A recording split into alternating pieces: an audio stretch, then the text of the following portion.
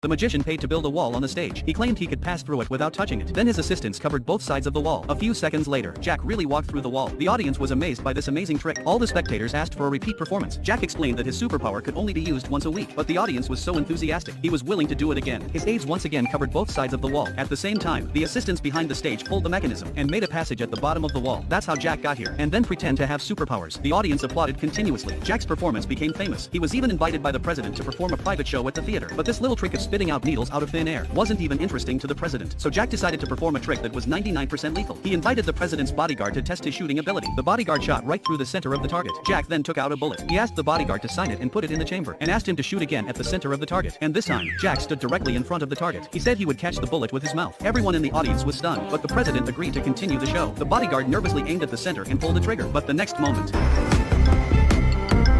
Jack turned his head with the signed bullet in his mouth. Even the president couldn't help but stand up and applaud him.